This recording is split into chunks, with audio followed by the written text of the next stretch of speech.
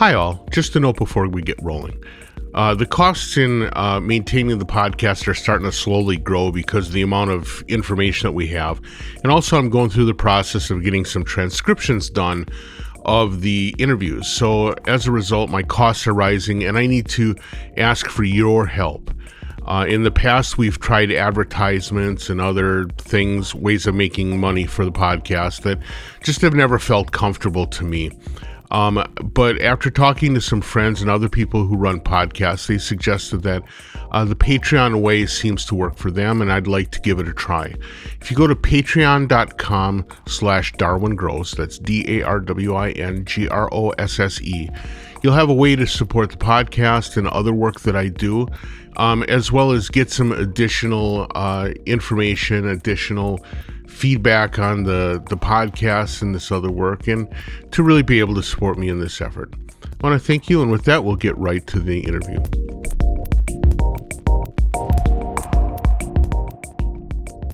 Okay, this morning I have a chance to speak to someone that I have interacted with a little bit over the years. I met her at the Expo, the Cycling 74 Expo, was blown away by her talk there.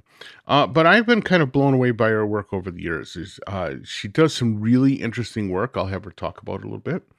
The guest today is Nina Young, and I am very proud to talk to her, but I'm also anxious for her to announce what her current gig stack looks like, because I think things just changed for her. So with that, let's say hello to Nina. Hey, Nina, how's it going? Hello. Good. Thank you. Hi, everybody. Yeah. So you are calling me from Los Angeles, right?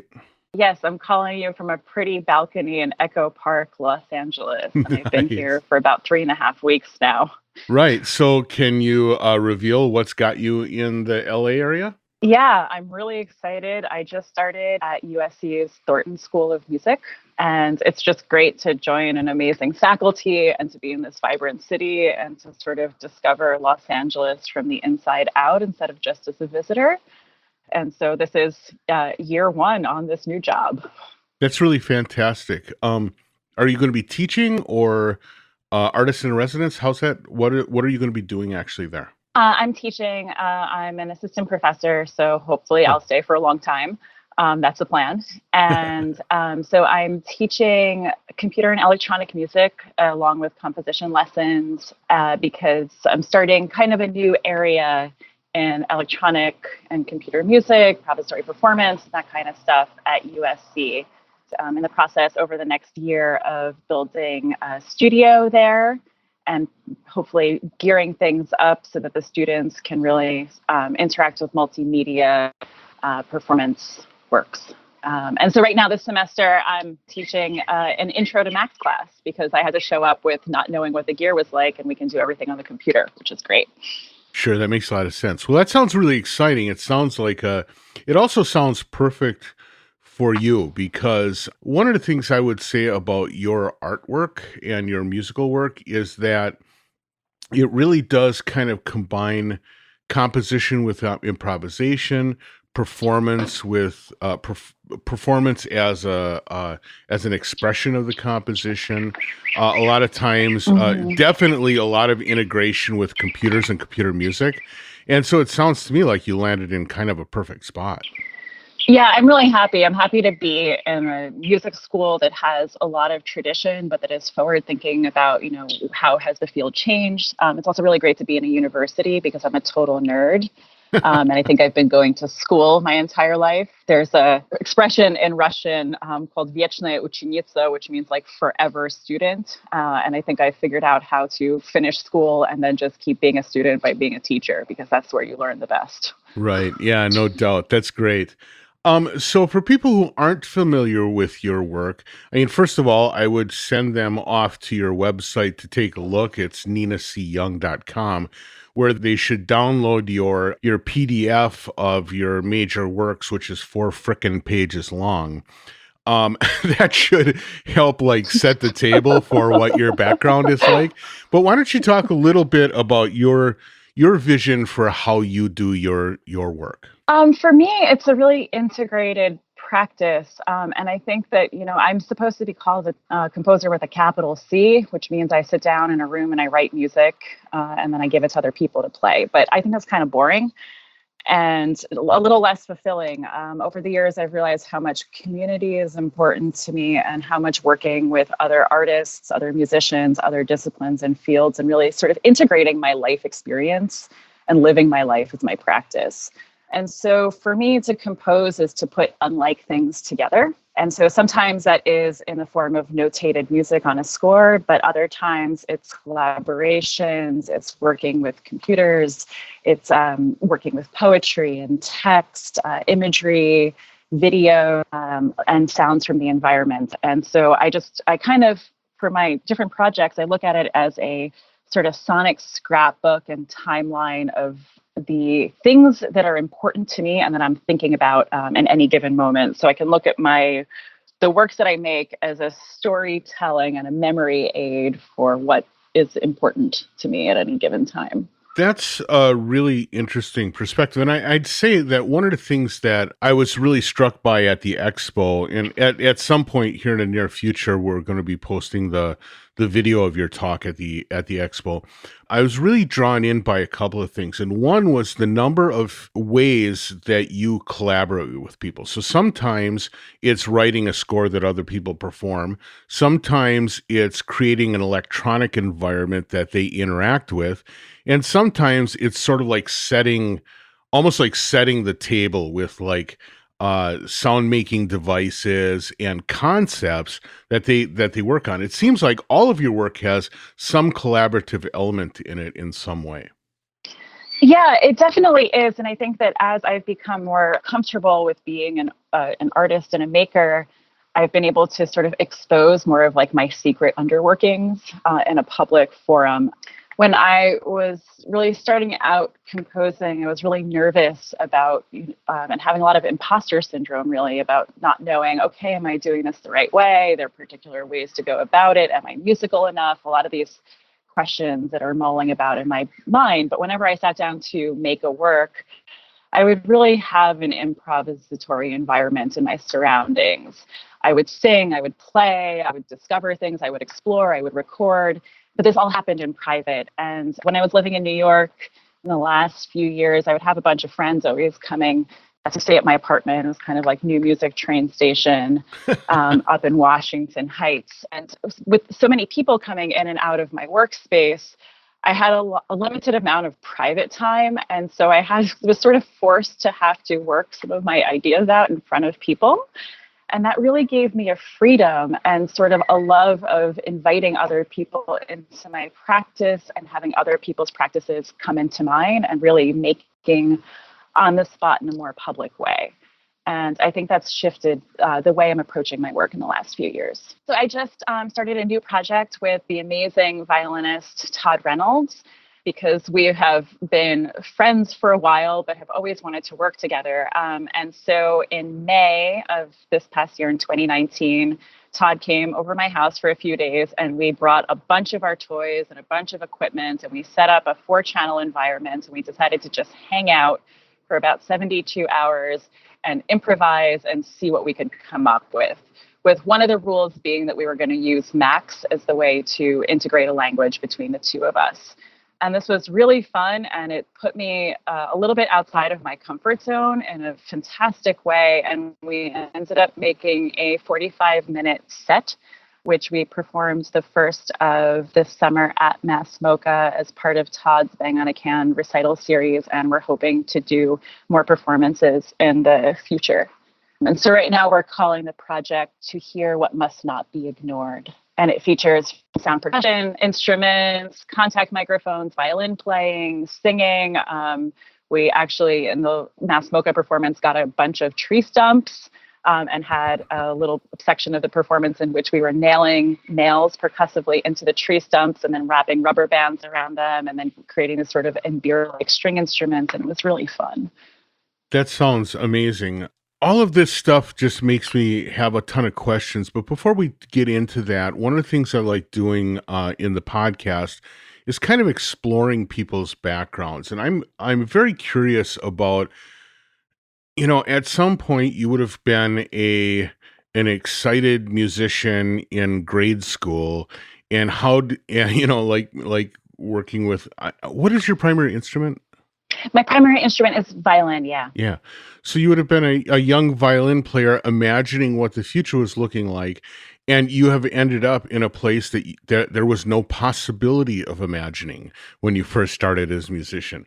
I'm kind of curious about the background and the path that you followed to get from learning an instrument to becoming the artist that you are today. Yeah, well, first of all, I will say that every once in a while I call my childhood best friend who I've known since I was 8 years old. And we look back and we're like, wow, if, teenage us saw what our lives look like today, we would have no idea. So the path is really circuitous and really fantastic and very fun and kind of leaves me in awe about, the wonderful opportunities that I've had along the way. I've always been sonically inclined. When I was 2 or 3, my parents took me to Sam Ash. They were buying a hi-fi system. And I guess I wandered around to the keyboard section, had no idea what any of this stuff was. And I fell in love with a Casio keyboard. And so I wrote, I guess, I don't know if I wrote or I tried to, I colored, probably drew pictures of this, letters to my parents and to Santa Claus, hoping that one day I would get this Casio keyboard that I was in love with. And then eventually, when I was 4 or 5, it showed up under the Christmas tree, and I was the happiest in all of the land. But of course, I had like no idea how to play it, and I just sounds were really cool. But my mom had studied piano when she was younger, never professionally or anything like that. So she showed me a basic kind of working of the keyboard, and then I would work out melodies and tunes that I had heard, and it was really fun. And so that began the process of me begging for instrumental lessons, at that time, piano lessons. But my mom, she told me she didn't like practicing. It was kind of stressful. It really never happened until I was in 4th grade, and my elementary school, as they do in New York State, assigned everybody an instrument. I got assigned the violin, super excited, got my rental, came home, had the intro method book, and came back the next week being like, okay, ready for the next one. And the teacher was like, we should probably get you private music lessons. And I was like, yeah, can you talk to my parents about that, please? And so that's how that whole fiasco started. And I immediately fell in love with the idea of making sound, also the physical idea of how you use your hands and your bodies and your fingers to produce these sounds. I was always shy as a vocalist, so singing was never really an option for me. And so now I had this other instrument with which I could speak. And so I became pretty serious about that while I moved into high school, but I had lots of other interests. I was fascinated with the visual arts. I was fascinated with sciences. At some point, I thought I wanted to be an actress, probably like every little girl does. And I wasn't really quite sure which route I was going to take. And then I was making an audition tape, probably when I was 14 or 15 for a music festival or something. And I was with the accompanist who was helping me tape this on at the time, tape recorder. And she was like, oh, you got it bad. And I was like, what do you mean? And she's like, well, once you're infected with the music bug, it'll never go away. And it will become your sort of like life's fate to sort of dialogue with that. And I was like, oh, what are you talking about? And then I went home and I was like, oh yeah, she's right. I'm addicted to this thing. But then I found myself, I was thinking about going to music school. I was also thinking about going to school for visual art, but then I was like, oh no, I'm also really interested in math and physics and sciences. So I thought, well, maybe engineering would be a good thing too. So I had my heart set on the idea that I would go to a place where I could do what I didn't understand was, quote, music technology and violin performance, and try to figure out some way to integrate those two things, which is funny because that's kind of really what happened to me later in life. But I ended up at MIT a couple of years later for my bachelor's in a program studying ocean engineering, sort of really sad about music, gave up playing the violin and thought I was never going to engage with the subject matter ever again. But at MIT, they have an amazing music department. And so I started playing in the orchestra, and I took lessons again. And then I started taking intro to composition classes. And that really changed my life, because here was a place where I could make and engineer sounds together with also not having to practice that much. I mean, you have to practice composing, but you didn't have to sit there and, play scales every day, which I thought was kind of great. Right. And then also at the time, I took my first electronic music class and was sort of introduced to the vast depth of sounds and ways of making that the studio offered. And then that led into a sort of love affair with computer music as a way to really integrate the idea of using technology and sound and music making and collaboration all together. But I still thought I was probably going to go and work for some engineering company or perhaps pursue a master's in yacht design. But then when I looked at the salary prospects of yacht design, I was like, well, being a composer seems pretty okay, because that's perhaps like one of the fields where it's like even harder to make a living than being a composer. Right. And so at the time, I was doing an undergraduate research opportunity called a UROP, UROP at MIT, with Todd Mack over at the MIT Media Lab. And so he took me on as a grad student. And I thought this was going to be a really great opportunity for me to have a middle ground with which I could still pursue research and engineering in the way that I was accustomed to, while also exploring possibility for music and media making. And then shortly after that, I really came to understanding the composition, or what I thought was composition, was my calling. Mm-hmm. And so then I started a master's in music composition at McGill, where I was also working at Kermit, which is the Center for Interdisciplinary Research in Music, Media, and Technology, with a fantastic fellowship that required me to write X number of pieces for instruments and live electronics every year, I was like, wow, I'm like life winning totally. And that's really where I saw my future life blossom and finally felt like I had found my people and my place.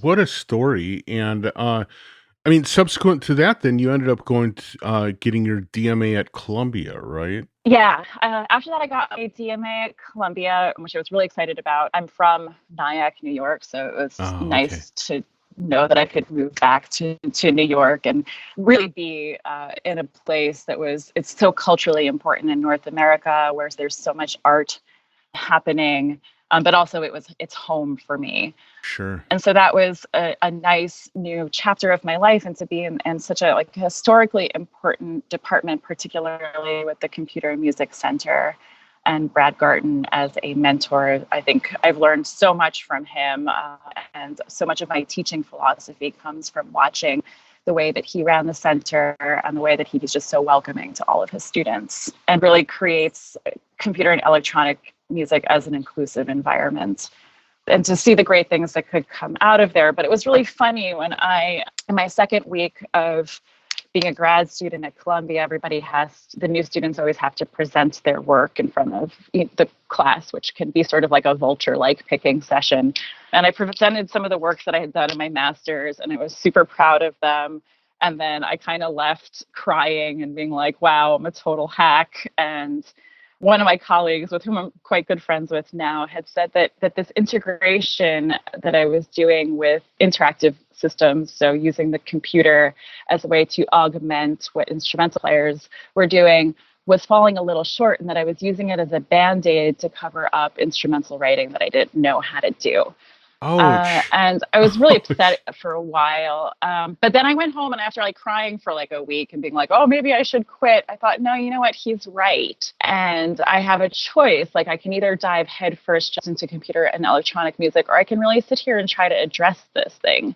So I gave myself what I like to call a jail sentence, where I told myself that I would only write instrumental music for 4 years. And so despite like working and teaching at the Computer Music Center, I was mostly working in acoustic music. But there's this one caveat that I had to figure out a language with which to produce all the sounds that I wanted to hear, but just using instruments. So it became sort of an exercise in translating computer music and studio language into instrumental writing and coming up with an orchestrational vocabulary that suited me. And so, I cheated a little bit. Of course, I had some projects that were still with interactive technology, but it wasn't my focus.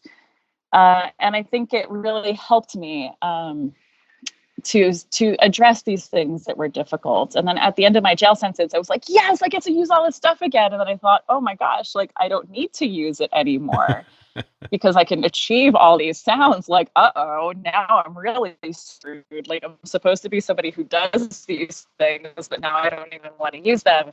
And so from that made me really think about, okay, so what is the computer and what are these interfaces and how can I use them in a different way?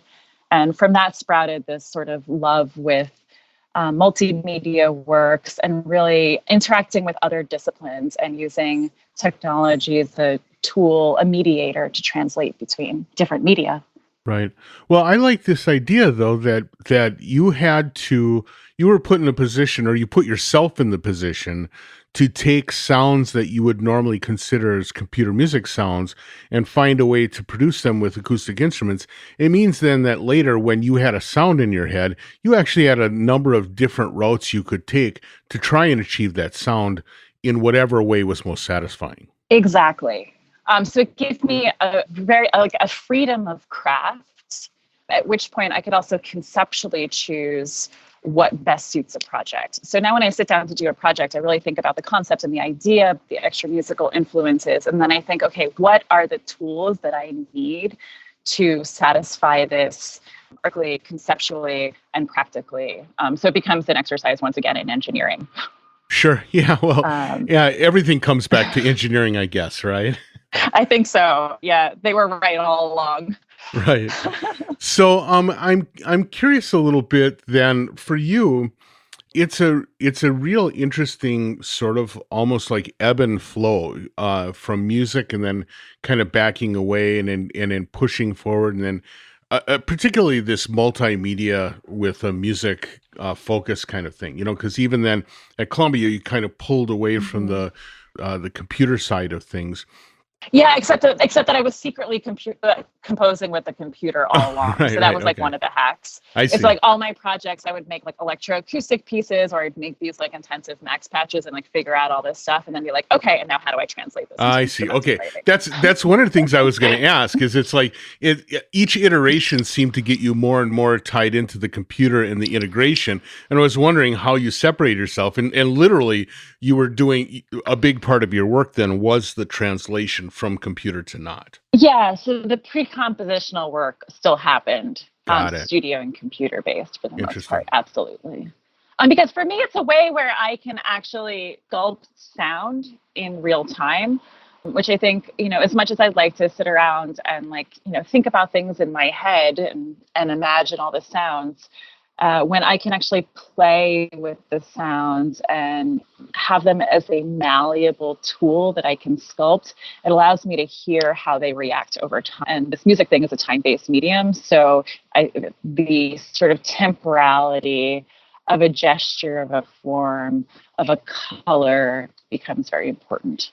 Sure, that makes a lot of sense to me. I would say that for myself, one of the things that I loved about computer music versus writing for acoustic instruments was that I could iterate in seconds instead of days, right? Yes. Inevitably, when I was writing for a group of musicians, it's like, okay, that really didn't work. I'd go back into the hole. Even if I was super fast and I stayed up and wrote all night, I'd come back out the next day, and then I'd have to get a group of people together and sit them all down and put the music stands out. And it was the time for iteration was frustrating unless I just did something that I was super confident in and was pre-cooked. I guess I felt like with the computer music side of things, I was able to take so many more risks because the iterations were so easy. Yes, there's a lot of room for trial and error experimentation, and I think that's essential to keeping things fresh.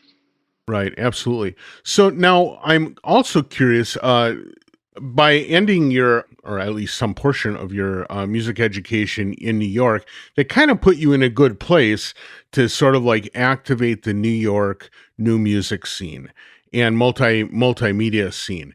What were some of the early breaks that kind of got you in front of people there? Well, just being in New York is really useful. My undergraduate teacher, Kirill Macon, gave me really great advice. And he was like, when you get to New York, the first year there, of course, you have to compose music and go to school and all that kind of stuff. But he's like, the most important thing is to just go to shows and meet as many people as you can and see what's happening. Just experience all kinds of artwork, all kinds of music, all kinds of theater, so you can have an escape and be like, what's really meaningful to you. And I took him really seriously. And it's scary, going to New York and sort of dropping yourself into this amazing machine and community of makers and artists. But then, after a year of hanging out with people, they kind of like get used to you. And then they're like, okay, cool, you're like part of the group too. And so within a year, I started seeing different ensembles and musicians sort of contacting me and being like, oh, hey, let's like work on a project together. Let's write a grant to do something.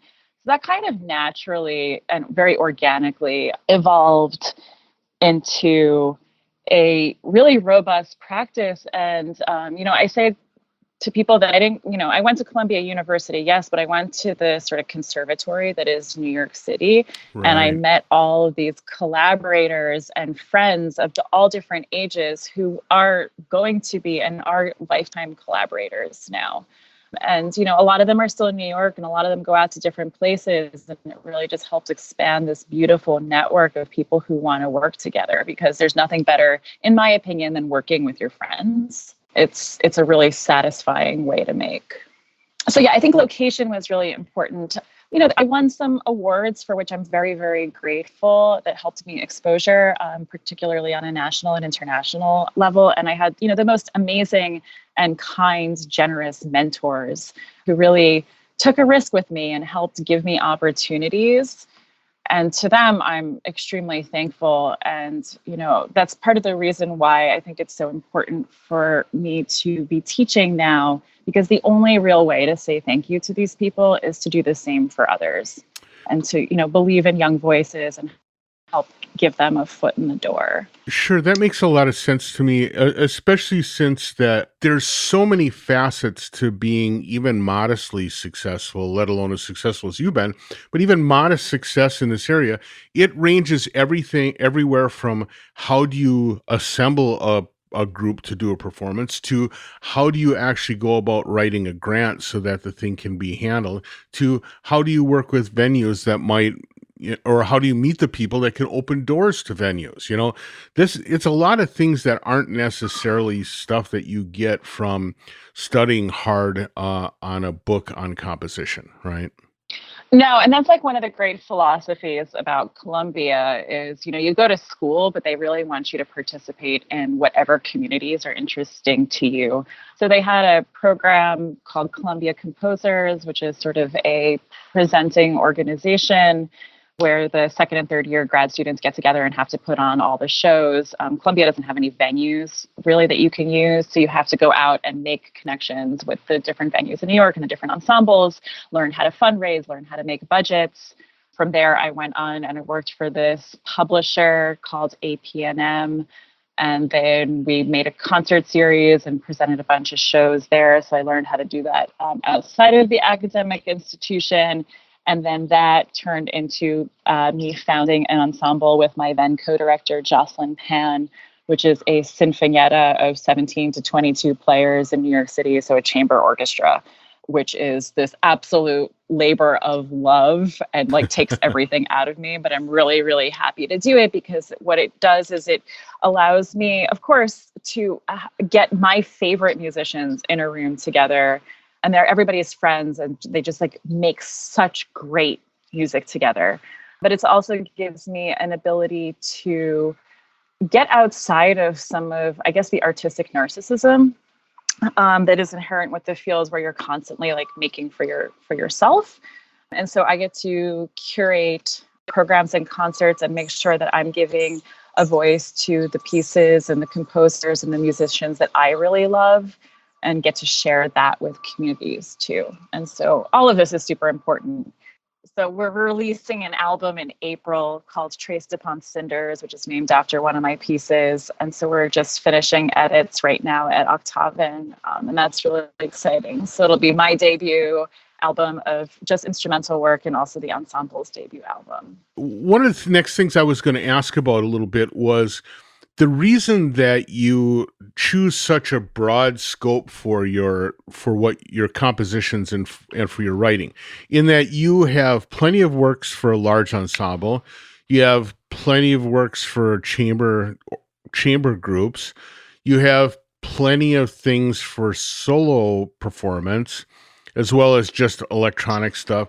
And I was wondering, why would you choose, other than maybe just to kind of shake it up and keep things interesting, but this idea of wanting to break away from, you just phrased it, sort of an artistic narcissism, a real self-focus.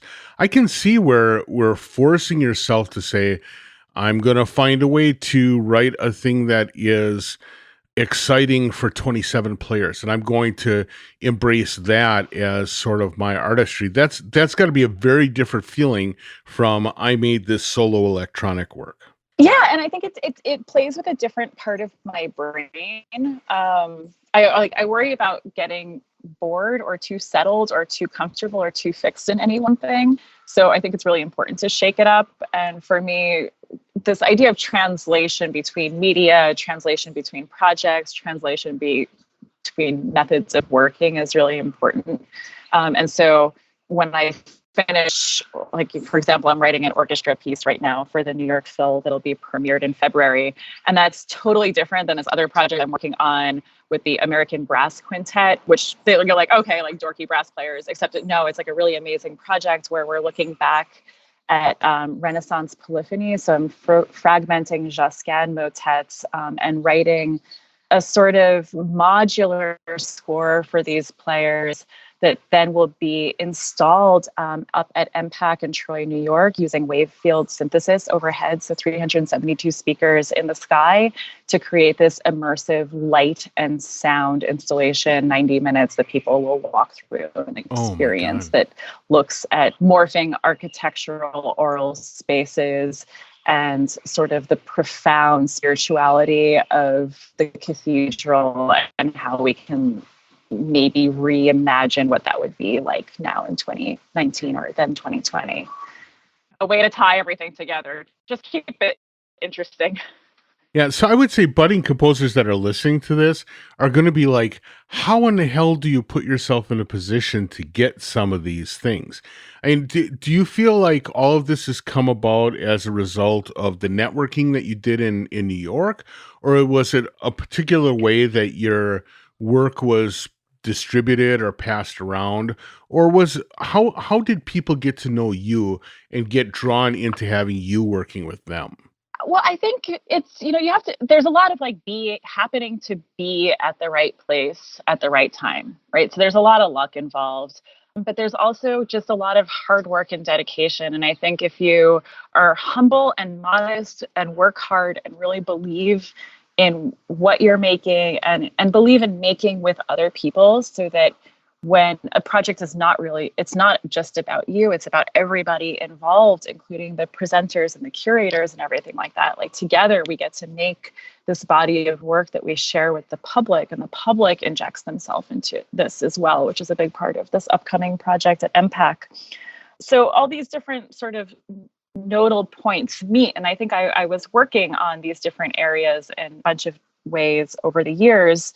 And then eventually, a project comes along and you're like, oh, wow, I can like draw all of this stuff together. So when I was at MIT, I took an amazing class in early music and Renaissance polyphony that has sort of stayed with me to this day. And I feel like with this project, I finally get to engage with that love affair I've had with these sounds.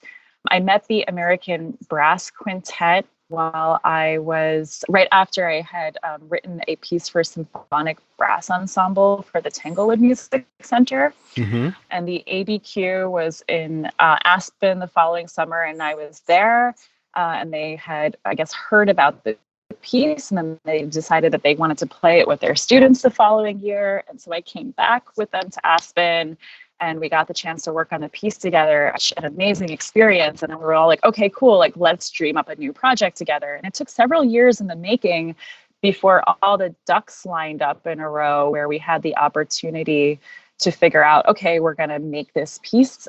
about Renaissance polyphony, because that's something that brass ensembles do so well together. They are vocalists, really. And then when I was finishing up working at RPI, I worked there for 2 years. Johannes Goebel asked me if I would like to participate in their spatial audio workshop that they were running in the summer of 2016.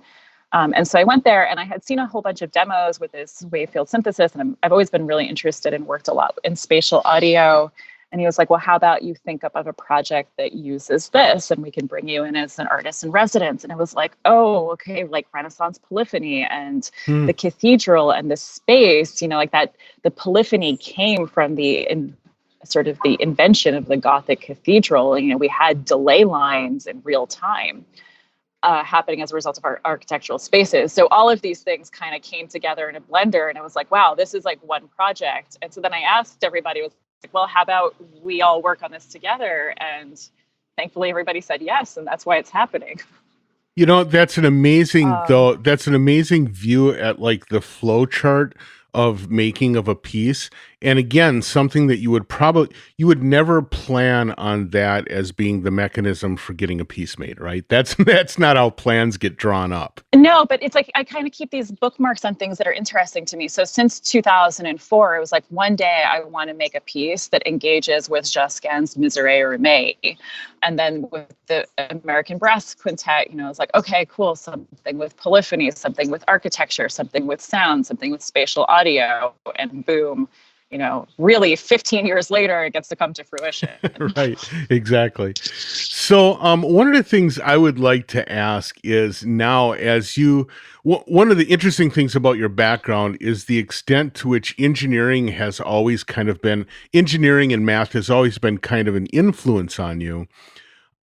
Now, when you work with both the compositional work as well as with the computer music work, how do you find that those engineering thought processes and the engineering perspective still affecting the way that you work?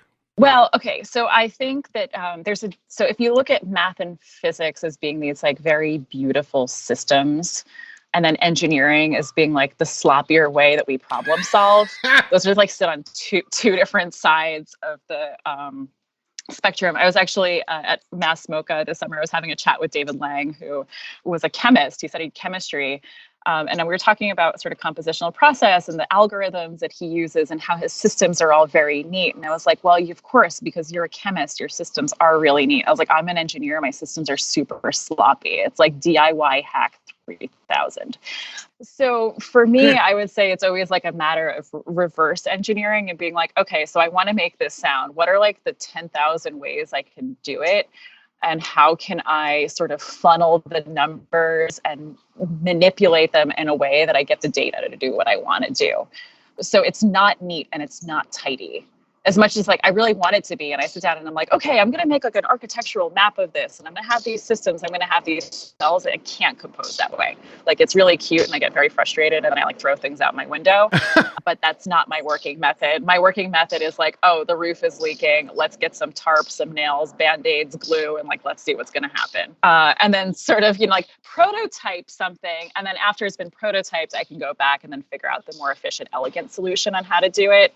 But it doesn't start from a very neat system. Perhaps because I was never really good at math. There you go. Well, I'm curious though, because one of the things that I notice when I talk to people that get into things, they talk about how, yeah, I made this prototype and that's what got me down this road. And I'm like, and how did you refine it? And they're like, well, I'm kind of still using the prototype. And I'm like, how long has this been? It's like 8 years. It's sort of like once you get a certain distance down the road, you kind of don't want to have to go back to do like the elemental stuff if you don't have to, right? Do you do much refining or do you just kind of keep building stacks? You do? Okay. No, I believe in refining, and I believe that like after your prototype is made, like you have to go into the process of like fabrication. And I think this is like a big part of my work is that a lot of things are iteratives. So maybe a couple of the works will be like prototypes for this bigger thing that will then be a more elegant solution once I've figured out how, that little mechanism can work within my own personal structural system. And, workshopping is a really great thing. So in January, I was at MPAC, the wave field synthesis setup, and I made a bunch of mock-ups to put in the system. And I made these max patches, and I sort of built like the framework with which I thought I was going to create the project. And after I did my tests, then I started generating some content. And what I found really spectacular was that things that I could make that were 30 seconds to 2 minutes in duration, with my headphones on or doing some sort of binaural mapping of some imagined version of what was happening in the sky, everything could take 10 to 20 times longer. So 30 seconds becomes 15 minutes. And so I went back and I was like, okay, so my prototypes are these miniatures, but when I really import them into this big space, the space takes a lot of time. And so now in the last few months, I've been sort of unpacking these little worlds into bigger universes that can take longer to resonate. And it's absolutely changing the way I'm working. And so when I go back I have another development residency in February, and then I'm there in March to install. So when I go back in February, I'm going to bring in a much more refined version of the system and then tweak it again before I go back in March. So there's like creative playtime, and then you have to have like professional fabrication. So for people though who have sort of like an engineering type practice or engineering like practice, one of the things that kind of happens is you also end up having to throw a lot of things away, right? If you're an electrical engineer, you have a lot of burned up components sitting in your garbage can, right? What does that look like for a composer that's taking an engineering approach? Well, till about 2014, at the end of every year, I would take all of my paper fragments and sketches. I mean, there's folders in the computer too, and objects, and I would have a bin for every year, and I just put these things in a bin and then put them in my storage unit. But my storage unit, it's in New York City, so it's not very big. And then I was like, shit, kind of ran out of space. So now I just digitize everything. So I try to like take images, scans, photos, whatever, of any kind of, two-dimensional documentation. And then, documentation being a really big part of the practice, so that I have a working knowledge of everything that I ever used, even though I throw away 90% of it. But that 90% of that, like that refuse, that garbage, can become the start of another project later on. So perhaps I'm like a digital hoarder and don't want to get rid of everything in hopes that maybe I can reuse it later on. I have a folder on my computer called In Progress, and it's really disgusting. It's supposed to be like where I put projects that I'm working on, but I think there's maybe like 75 subfolders in there, and it's gross. And then I look back at them and I'm like, oh, wow, all of these projects that like didn't happen, or elements of projects that never came to fruition. And now I don't even know how to sort through them anymore. But it's really important to be able to be your own critic and editor. And that's something that I think I learned at Columbia too, is that I knew that when I was done with my doctorate, that I would no longer have the crutch of having a teacher available to provide the criticism I needed. So I had to become my own critic and my own teacher, and be able to look as objectively as possible at my work, like when to slash something.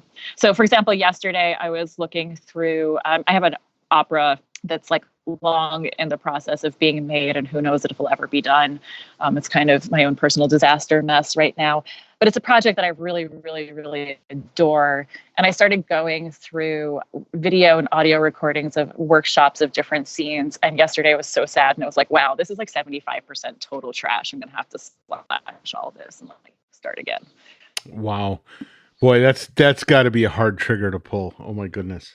Yeah, but this project started in 2015, so it's 4 years in the making. It'll probably be another 4 years in the making in the future.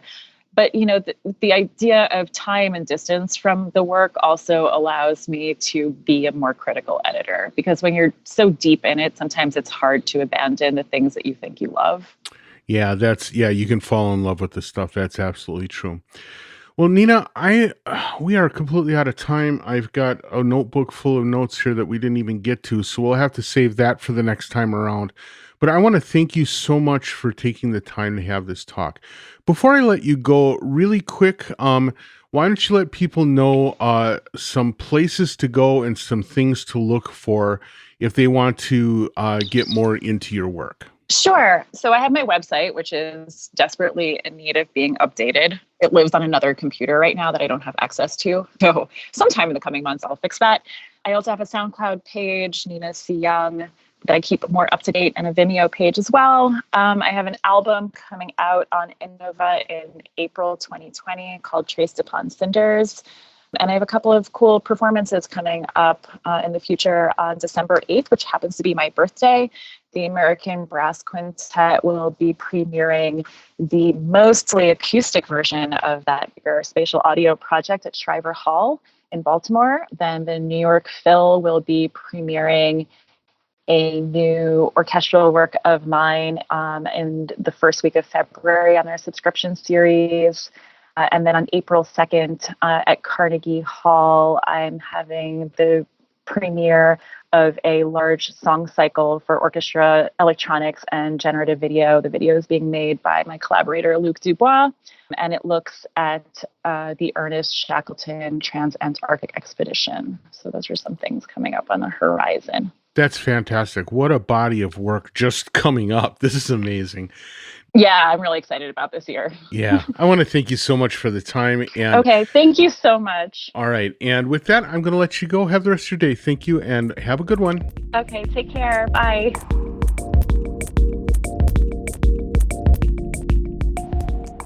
Thanks so much to Nina for the great talk. So inspiring, and it really makes me want to make sure that I'm doing more engineering-like work on my music creation, because it just seems like it really is a successful route for her. I want to thank you, the listeners, for showing up every week and sharing this podcast with your friends. As always, our numbers are in really good shape.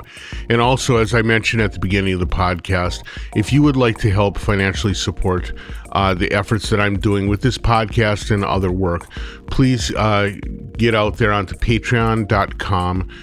My address is patreon.com/DarwinGrosse, DarwinGrosse, and see if you can help me out. In any case, thank you so much. Have a great day, and I will see you next week. Bye.